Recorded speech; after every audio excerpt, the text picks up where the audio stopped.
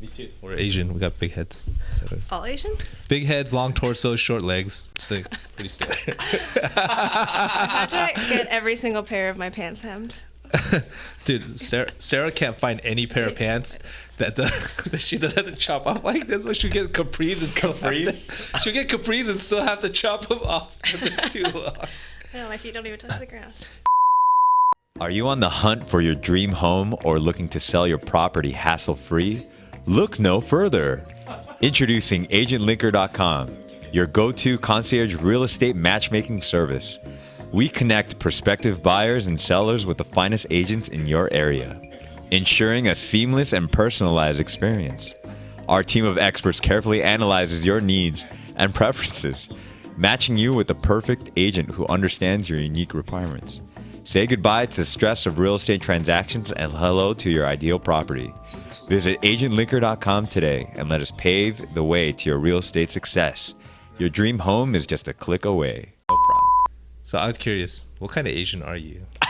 That's like the worst question to ask. But it's Sawamura. Sounds You don't very know? Japanese. Oh, yeah. Well, I don't know. It could be like Japanese something is like I've the never heard of easiest before. I know it's very to easy tell to because it's phonetic and it's long. Hey, That's true. I don't want to make any assumptions, you know. When you make assumptions, you make an ass out of you and me, okay? And we don't want to do stuff like that. So I'm half Japanese, half Chinese, actually. Okay, see? Oh. That wasn't a cut and dry question if you're Yeah. half and half. But I feel more Japanese, I think. Because you know what, like it threw me for a loop because the other day you were like, oh, my grandpa had a Chinese restaurant. I'm like, wait a second. Yeah, he was just Japanese. I was like, Chinese. yeah, Japanese.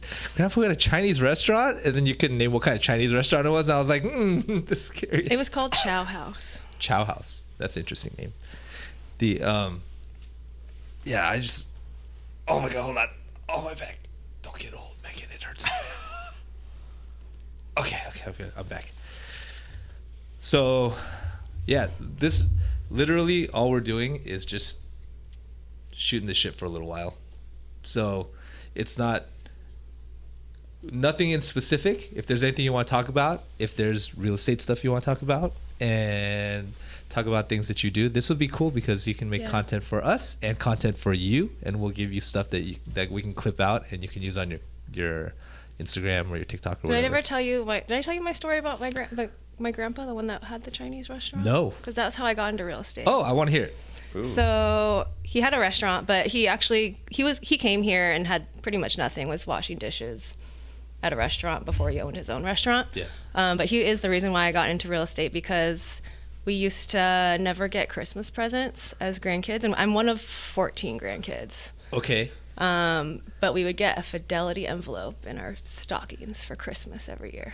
So he would buy you some stocks. But like as a kid, you're like, what is this piece of paper? I'd Yeah, rather yeah. have a toy. Did he just pick, or was it like in a fund, or what? Do you know? I think it was in a fund, or different funds. But I never even like looked at it. It's to like, be honest. gee, thanks, Grandpa. Like, yeah, what is this piece of paper? But when he passed away, I was 24 at the time, and he left me $20,000 in that account. And that was what I used to buy my first house. Whoa! Wow. Where was this house? This was in Claremont. In Claremont. Back when Claremont only cost $400,000, so it was my 5% down payment. Wow. What year was that? 2014. Why are you trying to get her age, man? I see. I don't figure how old I am. People are gonna know how old she is. Talking about the house. All right. Well, yeah, you could just do the math backwards. It was 2014 when I bought that house, but it was from that one house that I still have and that $20,000 basically that I've grown to my multiple houses. So taking equity out and house hacking and repeating that over and over. Did you ever live in that house? I did. You did? And it was Yeah. like a piece of crap. It was a 4-bedroom. I rented out the bedrooms. Yeah. And my mortgage was $600 after all my friends paid me $500 a month. You weren't charging enough. When you house hack, you're That's the supposed way to to live do for it. free. It was, so I mean, like back then, I feel like that was a lot for No, that people to is, rent sure. a bedroom. Yeah. Especially in like a kind of it was an all original kind of crappy house. Yeah, but yeah, It was fun for And the time being. you still have that house? I do. I just built an ADU on it, and I'm probably gonna build 2 more on it. 2 more ADUs on that property? Mm-hmm. So how does that all work? Like, I'm not well versed in the ADU universe. So I am getting more versed. I don't think I'm an expert, but there's basically however big square footage your lot is, depending on where it's zoned, a single family lot, you can basically build as many as you want. Depending as on many as will fit? As will fit, yeah, like your floor to area ratio. Could you build them in like apartment form, like attached, or do they have to be detached in their separate own little things? Yeah, so it'll be apartment form. That if I do this new project, I'm gonna put 2 more on the back and it'll be stacked. Okay, so you'd have like maybe 2 units on the bottom and 1 bigger one on the top or something like that? I think I'm just gonna do 2 there. Okay. Just because it's Claremont and having a lot of people there in the rental market over there. But I've seen lots in Claremont where, I mean, they look like apartments now with just like 8 plexes in the back. And yeah, so I have a 6-plex in Claremont. It's like it's right by. Yeah, it's like that's right by my house. Yeah, it's like 2-3 units, but it's like I didn't ever consider those to be ADUs. You know, it's kind of like a townhome thingy. Yeah. And that was built well before all the ADU laws had passed. I wonder if I could build like 400 units on this. Probably. Do like what they do in Hong Kong, kind of like the cage homes. Is that What? What? What is You know that? about, you guys don't know about that? A cage home? They have caged homes in Hong Kong because real estate is so tight over there. So it's Okay. literally the size of like a parking lot, like a US sized parking lot. And these are cages just stacked on top of each other in apartment Oh, buildings. so they're like using like cargo boxes basically. Yeah, Kind, like no, shipping like containers? some of them are literally cages, not even shipping containers. Like Yeah, they're open? this Yeah. is America, bro. Yeah, Animals. But you said they're- you wanted we don't have the 400. scarcity of land. Well, it's getting kind of bad. Not that bad, in Hong Kong. obviously. Yeah, in Hong Kong it's Yeah, terrible. It's a big city too. No, but you know what's cool is like I feel like I should research that because our lot, it goes down into the canyon, right? So the square footage of the lot is actually very big, and so if it's done by square footage of the lot, even though the back half is not buildable, right? You might be able to just squeeze a big apartment complex there and just make sure it conforms with the height restrictions, right? Yeah. Are there height restrictions there in Claremont? I don't know. But there I guess are people don't the have to certain worry. areas where, which I learned from Andrew, the complete communities, if it's in a certain area, you have an unlimited FAR. Really? So you can build As like, high as you want? Yes, like downtown is a great area. Yeah, yeah. But the rents have to be conducive to the construction, right? Because once you get over 5 stories, you have to start building in steel. It gets really expensive. Yeah. So that's tough. So you got a home in Claremont that your grandpa helped you buy. Mm-hmm. And then how did you roll that into the next one? So I would take money out. So that was a complete fixer, but I lived in it like that. And I probably had it was probably done back in the day, thinking back at it, but all my savings went into that. I was working an all commission job doing loans as a 24-year-old with, I think I maybe had like $5,000 left in my bank account after. Okay. But I just saved up as much as I That's could. good money when you're 24. Yeah. If you have any money, you're doing pretty good. I just saved up as much as I could, took Yeah. out a HELOC, remodeled it all, Yeah. refinanced, cashed out, rented it out, and did it again. Put a little bit down on the next place. So then you continued, like, not everybody knows what a HELOC is and not everybody knows what a cash out refinance is. So you're basically taking out a loan against the additional value that you have in your house, and then the bank's saying, okay, well, if you're going to use that money, we'll give you that loan, but you use it to put it back into the house. And then you go back to a bank again and you go, hey, look, now my house is worth more. Can you give me some more money? Yeah. Right? So I think at that time I bought it for like in the low 400s. Yeah. I redid it, and then I remember the appraisal was probably like 535. I don't know why that number sticks out, but Okay. yeah, it went up to like 535. Yeah. And then I ended up renting out the whole house, and I took out the remainder of the money that I had from that equity and bought actually it was a foreclosure in Carmel Valley. In Carmel Valley. You're doing a lot of like interesting things. You know, you're doing like stuff that's not just normal. You know, you got ADUs going on, you got cash out refinances and HELOCs, and then now you're going and buying foreclosures, and that's a lot of different hands in cookie jars, right? Yeah. I don't know if I really knew what I was doing back then. I probably still don't. Yeah, but you made it happen though. Yeah, I was Did learning. you have someone help you when you were buying the foreclosure? So at the time, I was working for a mortgage company that had a lot of foreclosures. Okay. I was working at Caliber, so they had a whole foreclosure department that I was pretty much the preferred lender on some of these properties. They would, if they went to foreclosure, they would take it over, fix it up, and then we had our listing agents that we'd have them sell. Okay, so then they brought that to you, and you were like, oh, that looks like a good deal. Yeah. I have exactly this much money. Like, I need a place to live now.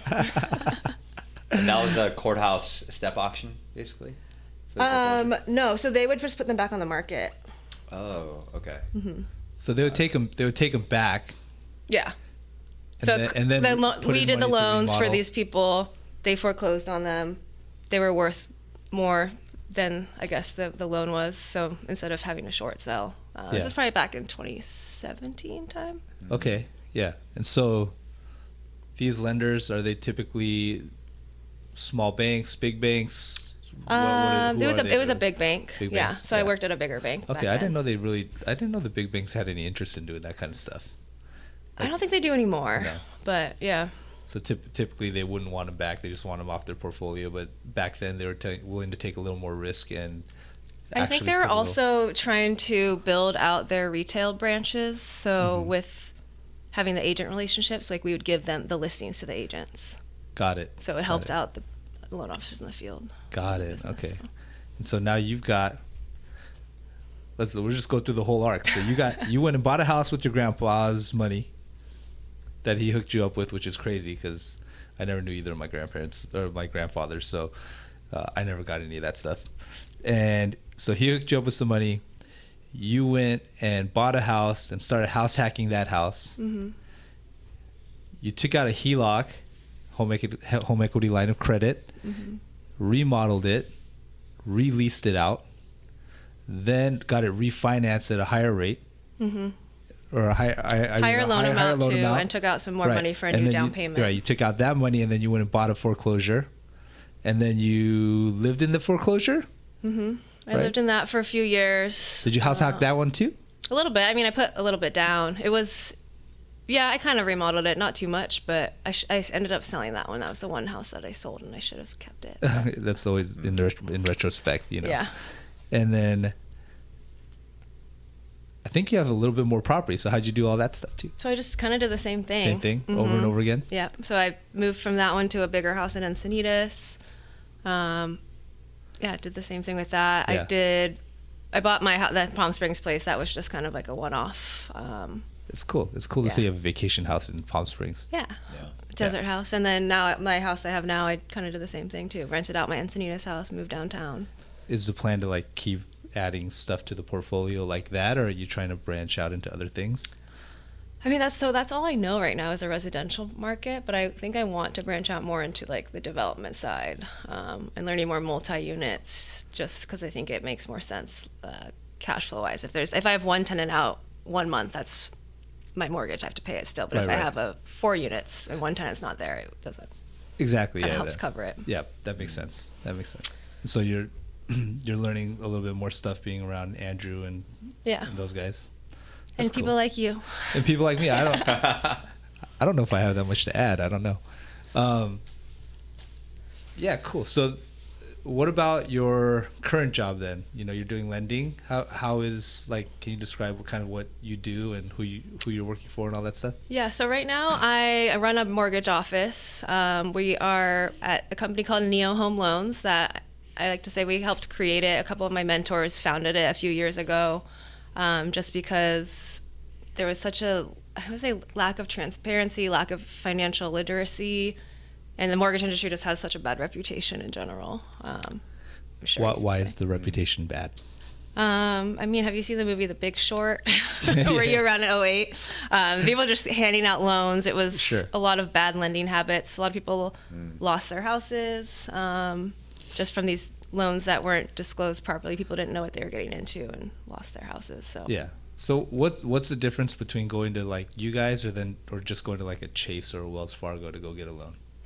So we all lend from the same money, basically. But what we kind of focus on are not just the 30 days of your transaction. So you can easily go online, get a mortgage, or walk into your bank and get a mortgage, and there you go, you're on your way. But what we really focus is building wealth for the next 30 years. So I actually have someone dedicated on my team who is following up. We call him our client success manager. So he's in touch after closing, and we think that's even more important than those 30 days of being in escrow. So helping you hold your hand to help build more wealth long term, making sure you have a financial advisor, you have a trust in place, you're funding your kids' college funds, all aspects of kind of like a debt analyst, like a financial analyst. So you're like a full service what do you call it? Like a wealth management type company almost. Kind of. We work with financial advisors that we partner with to make sure that they have a whole plan in place. Yeah. Right.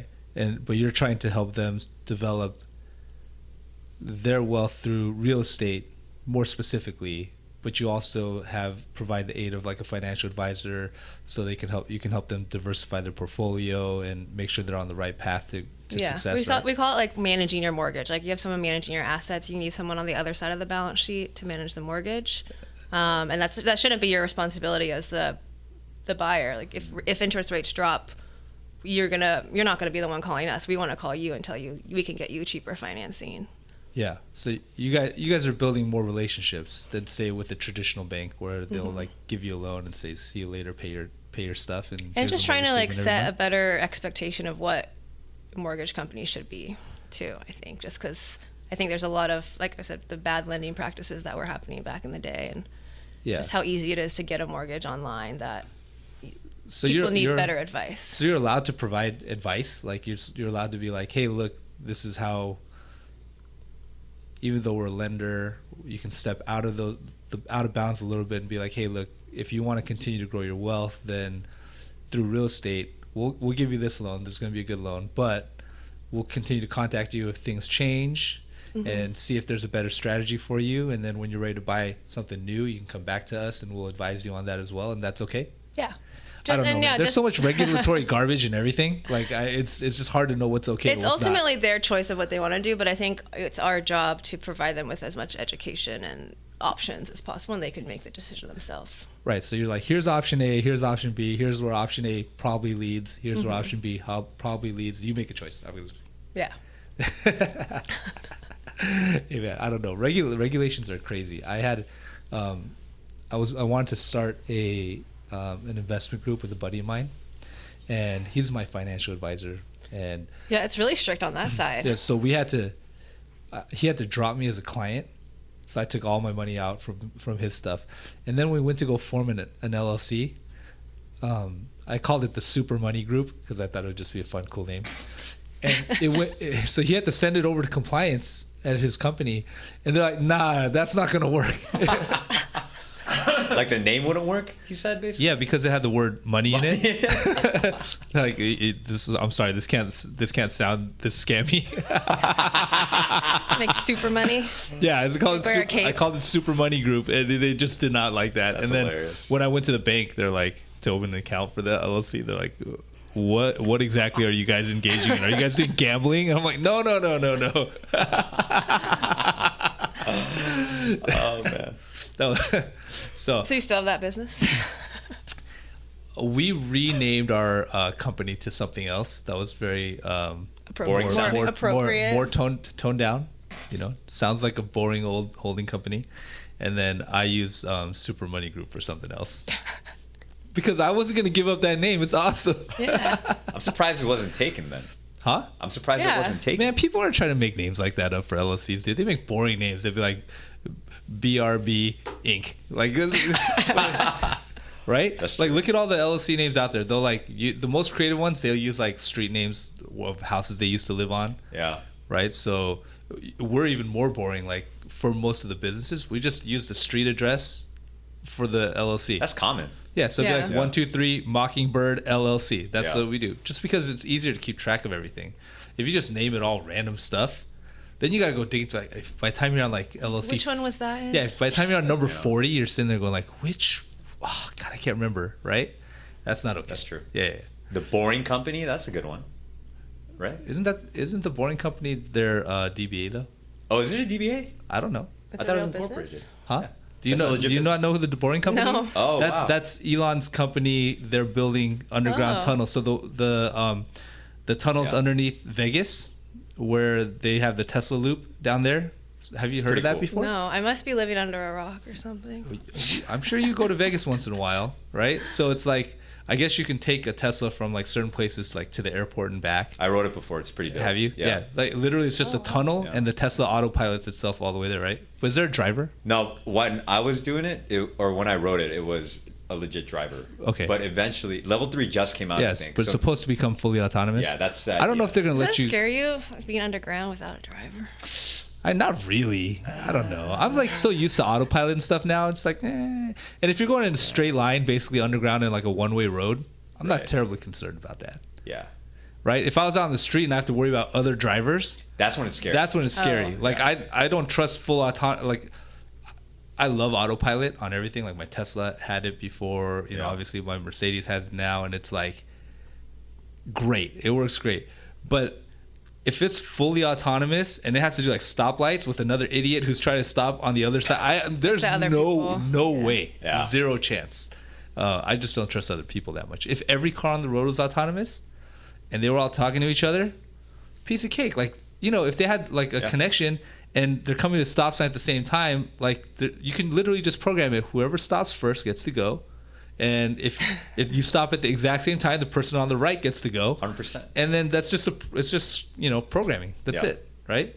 That's literally the reason why Tesla was created, though. Like that was the idea, for all cars to be just autonomous on the road, right? Yeah. Safety. Yeah. How far out do you think we are from that? I think it's just regulatory at this point, though. Like I think the cars are capable of doing that stuff. Yeah. Because the level 3 autopilots are able to detect stop signs, stoplights, pedestrians, and all that stuff, right? Yeah. I think where you're gonna have problems though is when you have other people. Yeah. But then now they have flying cars. Have you seen that thing come out? Yeah, I saw that. Have you seen that? No. They have a new like flying car that's coming out. Apparently, you can pre-order right now for wild. a couple years from now. Yeah. And it's expensive. It's not that expensive. It's like a couple $100,000. I didn't see it's the like price, but no, I think it was like $250. oh, that's less than I thought. That's it'd not be. bad. Yeah. No, but it's like a single one person seat. car, and then Oh, single person. I don't think there's any storage anywhere, right? To keep it like lightweight, and it's like all kind of see through, and then it How it, high like up do you go? you can drive. I don't know how high you can go. I hope it's not that high. But then now look, if that starts to work, you're gonna have to have a second like There's an air highway, Yeah, right? Air 100%. control, For sure. right? Yeah. That's kind of scary too, man. But the weird thing about that car, though, is literally like, becomes an airplane. Yeah, you can Yeah. be a Oh, car puts and an the- airplane. Yeah, Yeah. so it's not like the Jetsons or something. The range is kind of bad, I heard, and it's a little slow. But the fact that you can even do it is kind of crazy. It's gonna get better. Yeah. Right? Like that's it. But that starts to work with Elon's whole philosophy about how, you know, these dense cities, they come up and they have, you know, right, you build up, Yeah. but then your infrastructure for roads is all on one level. So you've either got to go down, like the Boring Company, or you got to go up with either bridges or flying cars, in order to alleviate the traffic of all those people traveling around. Yeah. That's pretty crazy. Yeah. Well, the Yeah. Boring Company Wild. makes flamethrowers too. That's another thing that they do. I don't think they still make that, do they? Did you They buy do- one? Didn't you buy one? I ordered. I ordered You the have plate. it? No, I waited like over a year for it, and I just canceled the order. I'm like, Oh, this thing is really? never coming. And then I have friends who got it. I'm like, oh man, that's so cool. It looked pretty fun. It goes like 10 feet. Legit flamethrower. What do you use it for? Just That's a for good fun? question. Yeah, cool stuff. I don't know. Boring stuff. Yeah. Boring stuff. Anyway, so back to like just lending and stuff, right? So I'm just like, now that we've kind of discovered what you do, give me like a cool story, something that's fun or crazy or really awesome that you've done for somebody. Anything. Crazy is probably a better story. Crazy? Like a crazy client who did. You don't want to besmirch anybody, do you? No, I'm like trying to think of this one that I have right now, but They're gonna see. I don't know if I want him to. They're gonna see our brand new podcast with zero listeners and be like, "Oh, that's me." I do. I have right now. What I'm doing a lot of is like debt consolidation, cash out refinances. I had one of my clients. She was crying on my last Zoom call I had with her because we were able to save her $4,000 a month. On her debt. Mm-hmm. How does that work? I don't know anything about debt consolidation. So, I mean, say you have a mortgage, Yeah. and it's X amount, and your property is worth a certain amount too. So you have a lot of equity in your property, but you also, she had a really low interest rate too. It was like 2.5%, and a lot of people don't want to get rid of that because they're just tied to that number of that interest rate so low. But right now, credit card debt is at an all-time high. Yeah, 22% and stuff Past like that. passed $1 trillion, and this was like a couple months ago. Oh, yeah. So, I see. So you're taking like her credit card debt and her like whatever student debt and all these other types of like high percentage debts, and then rolling them up into one loan at whatever the current rate is. I think she's at like 6.75 is what we got her. So Yeah. she's paying a lot more in that. But But when you're saved paying her 24%, like I think I opened last credit card I opened, the APR is 24.99. Yeah. 25%. Credit card APRs are always that high. Yeah, I and know, then people just get but stuck. people don't know. Yeah. And then you get embarrassed because you don't want to have to figure out how to pay it off. And she luckily came to us before it was kind of too late. But that was kind of like, that's what makes me happy, is like when people are emotional and I help change their life. But That's awesome. The altruistic side of lending. Yeah. Just helping people. Yeah. Well, I think that's a really common thing, right? For people to have a lot of bad debt, right? And they don't know that there are strategies to get them out of that bad debt into something a little bit better, right? Yeah. Like they might have some good debt and some bad debt, and they don't realize you can bring that all together to lower that, right? Yeah, and as long as she doesn't do that again and like open up a bunch of new credit cards, she'll be fine. But it's the fact that people, you just get stuck in it. If you're paying 25% interest, like how long is it going to take you to pay off even $20,000 if you're just making the minimum payment? Yeah. It's just going to go up I every month. had a kid who worked for me who was like that. He's like, oh, I forgot what it was. He had like $10,000 or $15,000 of credit card debt, but he was bartending. And I was like, all right, that's at 20-something%, right? And then he had some other student loan debt and car payments and stuff like that. And I go, bro, you need to stop spending money and just pay down your credit card ASAP. Because he was just making minimum payments every time, like $35, $50. I'm like, you're paying like $700 or $800 a month in interest. Like, what are you doing? You know? Yeah. And then, this, I'm reminding myself of that kid on TikTok who just like, you ever see him? He interviews people who would make bad financial decisions and he just reams them.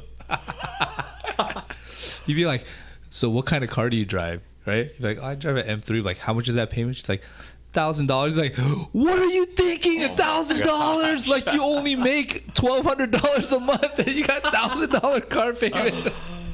And he's like, he loses his mind over this. That's freaking hilarious. You never seen this guy? I never seen that guy. I always see the guy that's like, oh, what do you do for a living? Oh, to the cars? Yeah, it's Daniel Mack. Oh, yeah. That guy? But everybody started doing that stuff. They just copied it. Yeah. But that's the sad thing, is like a lot of people that live like that. Yeah. Oh, you mean like just above their means? Yeah. Well, I just looked up the stat for like how many Americans carry credit card debt month to month. That number is lower than I thought. It's 35% of Americans. I thought it was a lot higher. But 35% of Americans, like 200 million people, dude.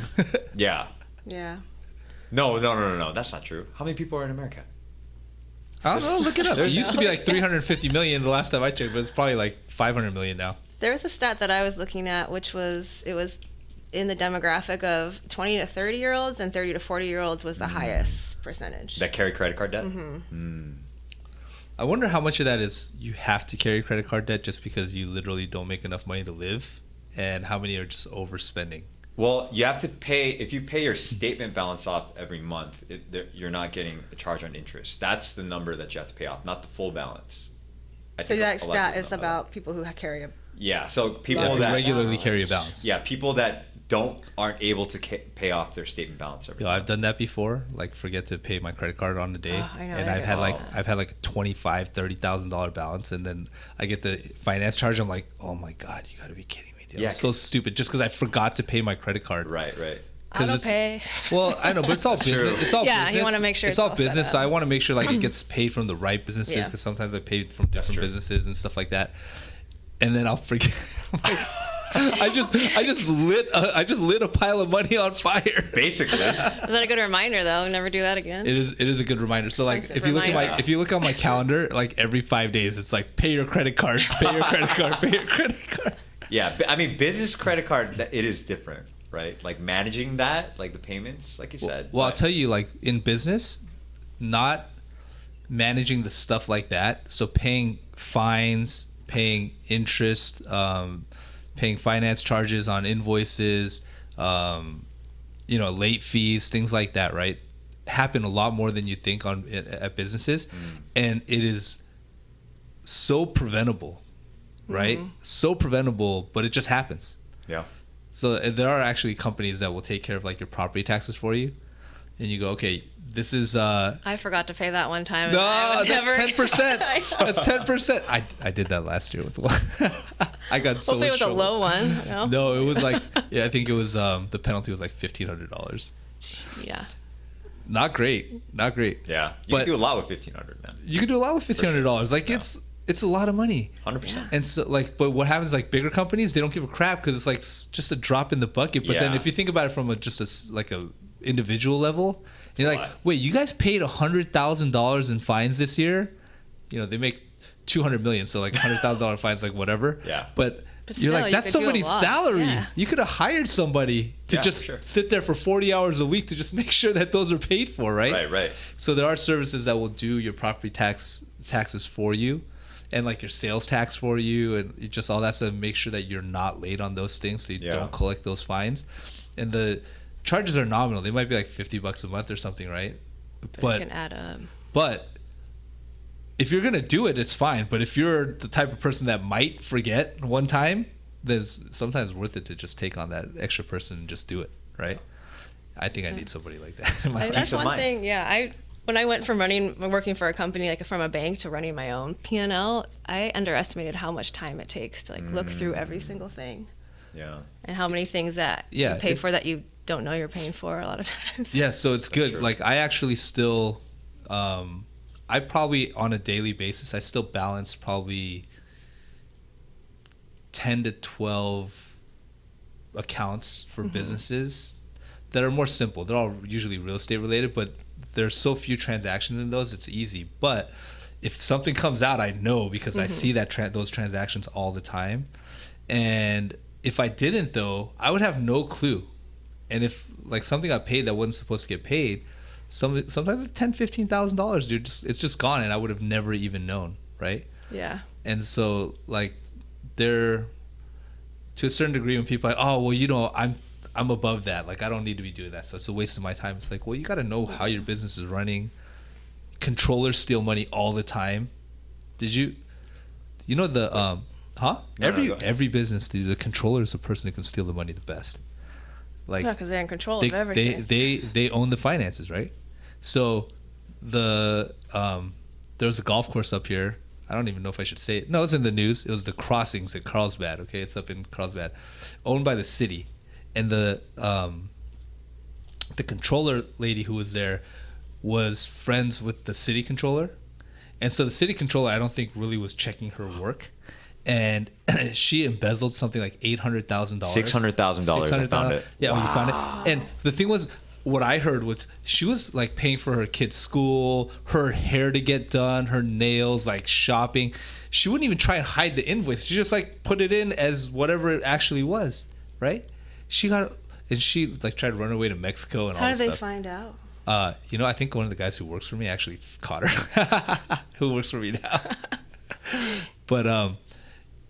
But the smart ones, though, like you see, there's a story of the Sacramento Kings. One of their guys did the same thing. They were making invoices for marketing. They had created an LLC that sounded similar to a company they were already paying for marketing. Oh. And so he was just paying himself along with this other company. Like, so they were just paying this marketing fee. And nobody ever knew. He was getting away with millions of dollars. That's smart. I know. If I was a controller, I'd be stealing hella money. You're gonna get caught eventually. You have to. That's right. Especially When with that much money, you though. get caught because you get greedy, right? You do it once, nobody And would you go, ever. like, a little bit yeah, more, nobody would ever know. more. But then you keep doing it Yeah. and doing it, and it's not like you keep it at $50 a month, right? You're like, oh, I can get away with a little more. That's how Right. criminals get caught. Yeah, that's the thing. Like, is it possible for someone to just do it one time and then like just stop and then just go on with your life? I'm sure There's there's. no way. I'm sure there are stories of some people who may have done stuff like that. We just don't know But- about it because Oh, they didn't that's get true. caught. That's a good point. That's a good point. Dang. Dude, I'm the master, dude. I know how to steal from any business. Because every one of my businesses, I just go, how could I steal? I literally think about, like, if it was me, how would I steal? And I think of every single way I would steal money. And then you put in prevention methods for all that stuff, right? Like, when I used to run, I had a Wetzel's Pretzels. Did you know this? I didn't know I used that, to own no. I used to own a that. couple Wetzel's Pretzels back in the day. This is like almost 20 years ago, and I would go in there and I'd steal money from myself just to. Well, just that's to different. You own the no. business, though, But it's Like undercover boss. but no, it's just like no. But I would find ways that I could steal money from myself, so I could see if other people were doing that stuff, right? Like, I would take people's money, and I'd either write down or I'd remember how much they paid in cash, and then I'd put it in the drawer. I'd give them change and everything. At the end of the shift, I'd just pull all that money out, right? And that never existed. Oh, from the customers? So like if you bought a Like, I pretzel bought a pretzel for and $3 and I he gave bought you a pretzel, $20. yeah, you give me $20, I give you 17 and change, and he come buy $5 and I give him his $15 and change for his 20. At the end of the shift, I take $8 out and stick it in my pocket. It never happened, right? But all the money is accounted for. There's no receipts. You know, you go to the customer. You know when they're like, "Hey, if you don't get a receipt, your order's free." I just go, "Hey, you want your receipt?" And they're like, "Nope, nobody wants their damn receipt, right?" especially nowadays. The only people Right. who want receipts it's for like business purposes, Yeah, right? If for you're gonna go buy a pretzel, you're not gonna expense that. expense my yeah, $3 you're gonna pretzel. expense your $3 pretzel. I mean, Alan might. He expenses everything. Yeah. But That's really a $1.50 pretzel. potentially, but now no food. I think you can only deduct like 25% or something like that now. Yeah, there's a they limit. keep lowering that crap. Yeah. You can't deduct country club membership anymore. Lame. When did that change? Like maybe 5 years ago, 6 years ago. I think Trump did it. He's the one who did it. Why would Trump Yeah, do that? why would he do that? Yeah. I'm surprised. I don't know, dude. He's also the That one makes who's. no sense. I mean, he's doing stuff that's bad for business sometimes too. Like, That's true. you know, whatever. He did a lot of good for business things, though. That's true too. Not for my friend's business. There's a couple people who are importing stuff from China. 45% tax. The tariffs. Yeah, 45% on imports. Yeah, that's brutal. So you know what they do? They're like, all right, we're just not going to buy from China anymore. Though Or- that's or exactly they'll- why he did that though. That was more Yes. political. Yeah, Yeah. but it's like, my people. but it's not bringing jobs to America. They just go send them to Vietnam. That's Right? true. That's You true. go to Vietnam, you go to Taiwan, you go to Korea, you go to Mexico, you go anywhere but China. Yeah. And a lot of times, though, still China's cheap enough that it's worth it. Like to But even with the yeah, just 40%, to yeah. pay the tax. It doesn't matter. Yeah.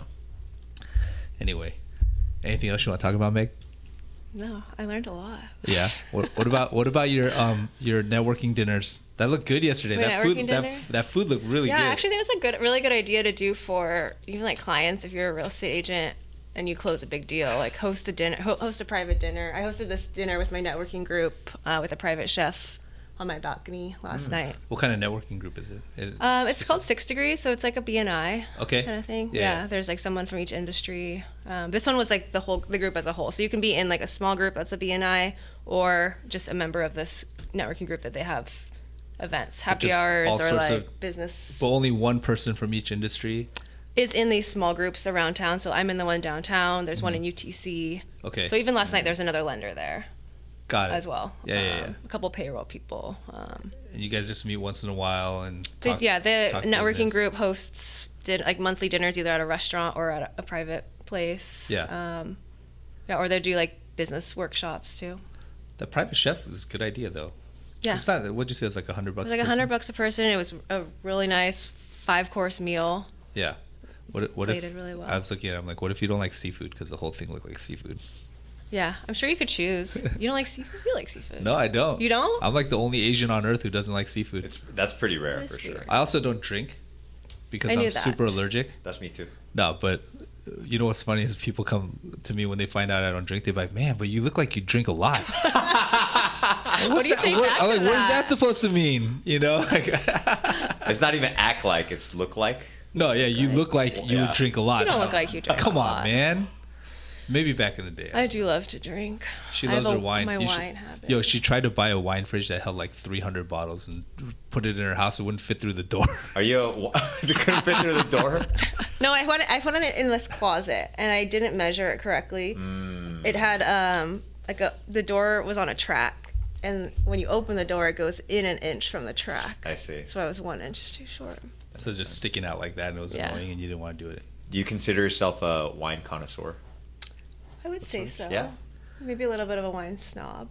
Wine snob. So, okay, I was just listening to Rogan the other day, and they were talking about wine, And did you hear that story about the dude who was making super high-end fake wine, like vintage wines? So How's it fake? This is years ago. There's a documentary on Netflix. So what he would do is he started off actually buying like these antique bottles at auctions and showing his face, and people would know who he is and stuff like that, right? Oh, I think I saw then this. It was just like his house was like Huntington Beach or something, and he'd go home and he like all the windows are like covered in foil and like nobody can look inside. And what he'd do is he'd buy these like aged bottle, like the bottles themselves were aged, and he'd print out the labels and he like age them with like coffee or whatever just to make them look old. To make them look like it. And then, but imagine this, his palate was so good that he could take like regular wines and mix them together to form a wine that tasted similar to the one that was real.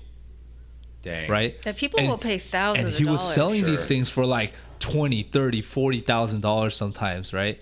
And like the conclusion was basically like nobody knows what really good wine tastes like. Like Yeah. it's all based on all those ratings are based on like one guy drinking the wine going, yep, that's a 99. Yeah. Yeah. Or that's an 84, right? And so like a 99 to you might be an 85 to him or a 50 to me because I don't like wine at all. It's all subjective, but they put these points on there, and then now they have to have that rating scale because now it's like a sales technique, right? Yeah.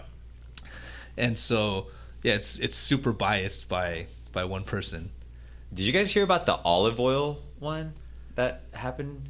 Or it's been going on Someone for a was while. making fake olive oil. So it's been going on for a while, but this YouTuber named Johnny Harris, he like just released like a mini documentary on YouTube. He's a journalist basically, but the stat was most Americans have probably never tasted what real extra virgin olive oil tastes like, because all the places in Italy where olive oil is made, the mafia controls that land. So what happened was they just took really cheap, they have these operations of really cheap olive oil and just slap labels on it. So same kind of thing. And it just gets here, no one knows. And there's no like regulations in the US on what's legit olive oil. So it's the same exact thing. So we've been probably... I don't even know what we're buying at like Trader Yeah, Joe's. exactly. We're all probably just using like really cheap olive oil. Maybe not even olive oil. It's probably like vegetable oil. Yeah, exactly. Pretty much.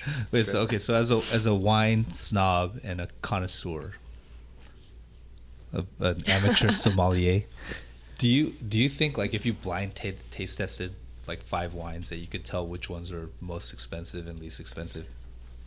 I don't know if I could say most expensive, least expensive. I can kind of tell the difference between different grapes. Oh, that's good. Like Oh, different but are you the one, are you varietals. like that I'm getting these earthy undertones and a hint of sage Oaky and afterbirth. Yeah, you sound like you're a wine taster. and vintage rocks. Can you no, but I can seriously, taste between like good and like bad wine, I guess. Like if you went to a grocery store and bought a bottle. right. But if you're like good wine to really good wine or really good wine to great wine, it might be a little bit tougher. Yeah, because maybe it's like the Asian in me, but I like one of my favorite things to do is find really good wine that's really cheap. So Yeah, like finding yes. a really good That is very small Asian of batch. you. That's a great skill. Yeah, there was for like sure. one of my favorites. I actually found at Costco.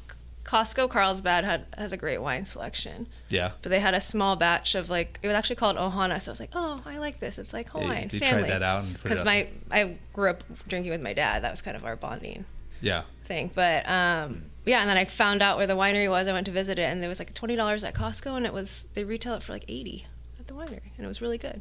Oh wow. So that's my little find. And what are your thoughts on $2 Chuck? Not a fan. Not a fan. I don't know. I wouldn't know if it's good or Yeah. bad. I just, they sell it for a reason. Is Yeah. it because it's $2 box wine? I think it's more expensive now. I think it's like $2.99. It's $3 Chuck. Or $3.99. $3 Chuck. It still has a good ring to it. $3 Chuck. $3 check. Anyway. Yeah. Cool, man. Yeah, it was thanks. fun talking. Look, your Yeah. first Yeah. podcast, I know, I've you're never done. done it. That's pretty good. That was 45 We didn't- minutes. We didn't It was say 45 minutes? Oh yeah. Look, we didn't say Wow. anything we shouldn't have said. That was pretty good on our part. That's the first. You're learning? We'll go back and watch. Usually I have to edit Kevin Yeah. out. I had to resist the urge to say something bad. Cool. Well, thank Good. you. Thanks. No, thanks for coming out. Yeah, We're gonna, thanks for your time.